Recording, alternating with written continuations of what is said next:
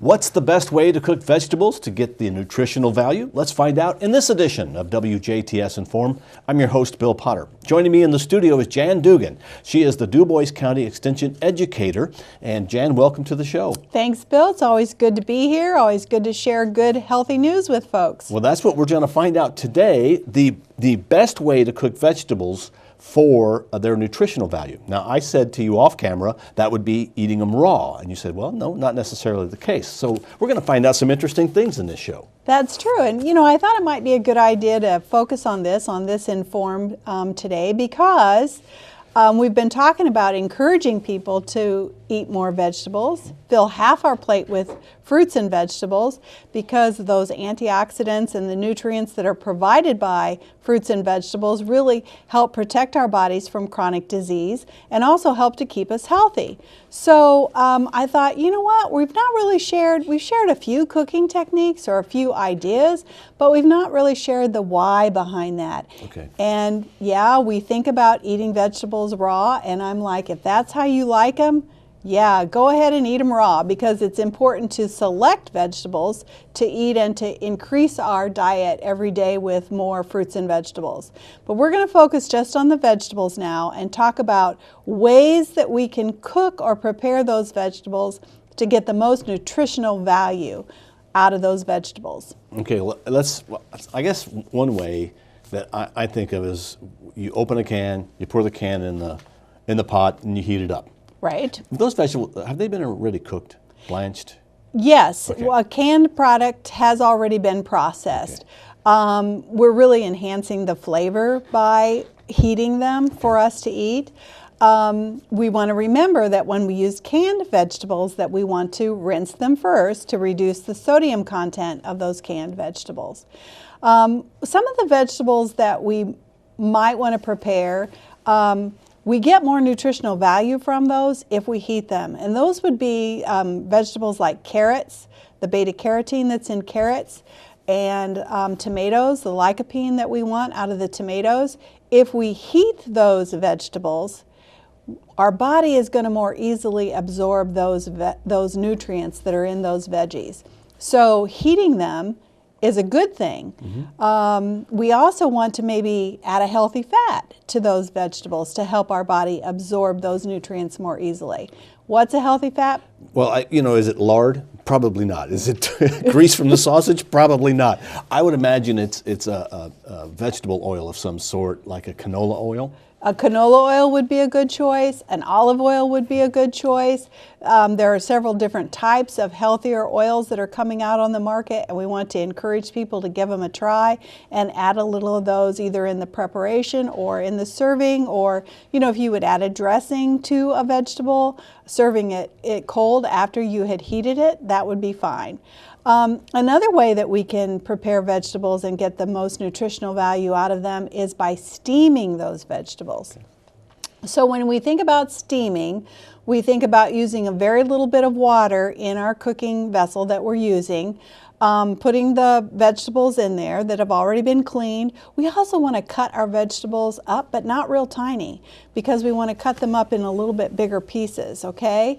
So we put the vegetables in a pot, and I have something I brought from home that I like to use because this I can fit into any cooking pot I want to use. So if I want to use a smaller pot, I can do that, or a larger pot, I can use this. So I put maybe about an inch of water in the bottom of the pot. I'll put this little steaming tray in there, put the cleaned vegetables on top, put the lid on, bring it up to boil to produce some steam in that pot, and then I'll just turn the heat off. Turn the heat source off, the vegetables will steam, and in very few minutes, depending upon the quantity in the pot, those vegetables will be ready to take to the table and enjoy. Well, that was my question. How long do you steam a vegetable? So in most cases, you would bring it up to boil, mm-hmm. and then just turn it off. Right, with the lid on, the lid's on, sure. and then you turn it off, and anywhere from 2 to 5 minutes, depending upon how crunchy you like your vegetables. Well, so really it depends on what you like, the way you like to eat it. Okay. Exactly. I also have a glass lid top on my cooking vessels, my pots and pans, so that I can see, and a lot of times I gauge that by color. So like if I'm doing broccoli, if it turns bright green, then I know that they're done, and I like them that way. Carrots also will become brighter orange. Cauliflower will become brighter white. So you kind of look for color change when looking for doneness.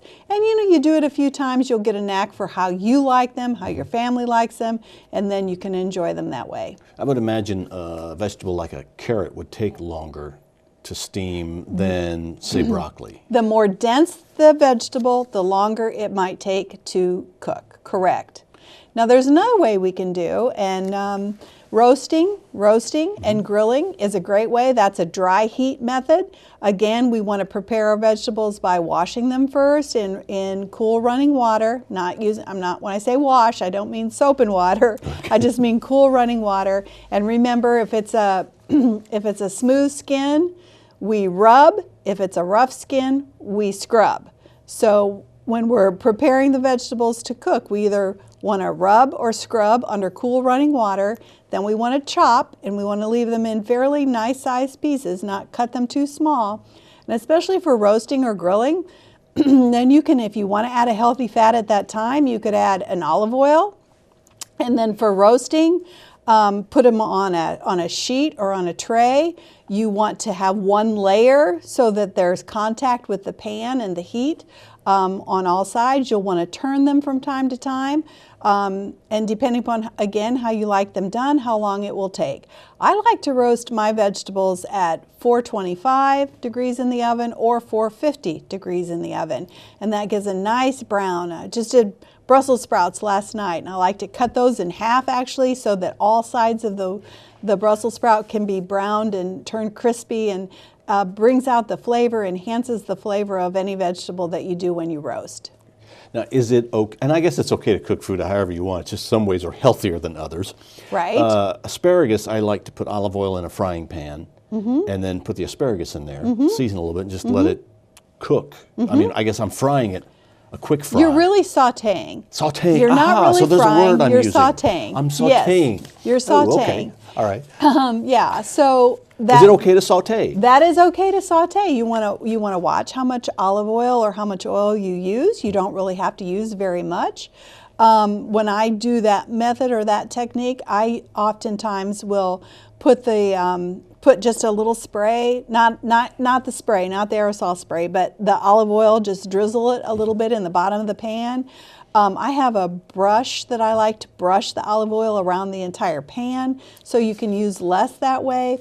Throw the cleaned asparagus in there and then toss it, sort of like stir frying more or less, Right.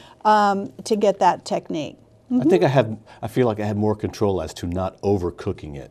Sure. Steaming, for some reason, to me, I'm always afraid I'm going to over-steam it. Okay. I guess it doesn't hurt if you over-steam. It's just softer. It's just going to be softer. It's going to be softer.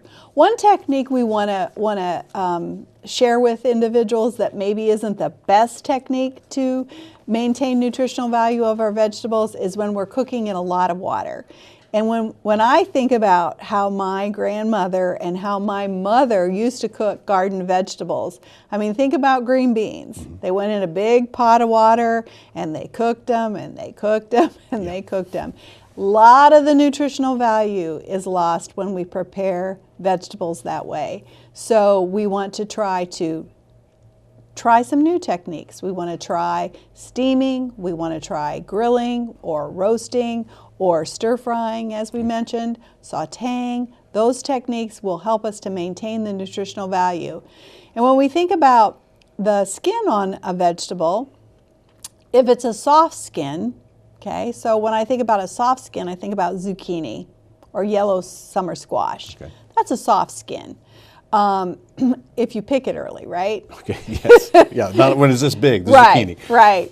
And so that skin we would want to leave on the vegetable to gain the nutrition from right underneath the skin.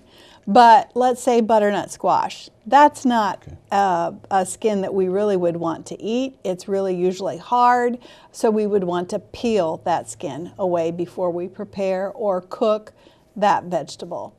Okay, now you're probably going to reach across the screen and slap me, but is it okay to use butter as a healthy fat, or is that not a healthy fat? Well, you know what? Butter is not considered the best choice, but butter is a choice. And we really like to share with everyone that all foods in moderation are okay. So, you know, if you want to put a little bit of butter or maybe a mixture of a little bit of butter, a little bit of olive oil, and then you're getting the healthy fat and you're getting the flavor from the butter.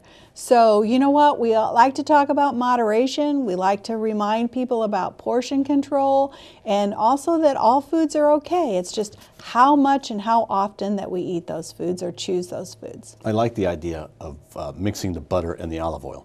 So you use a little less butter then. Right. Okay. Yeah. And you can always, I guess onion's a vegetable. That's a good thing to saute with vegetables to give them some flavor. Sure, onion would be a great choice to do.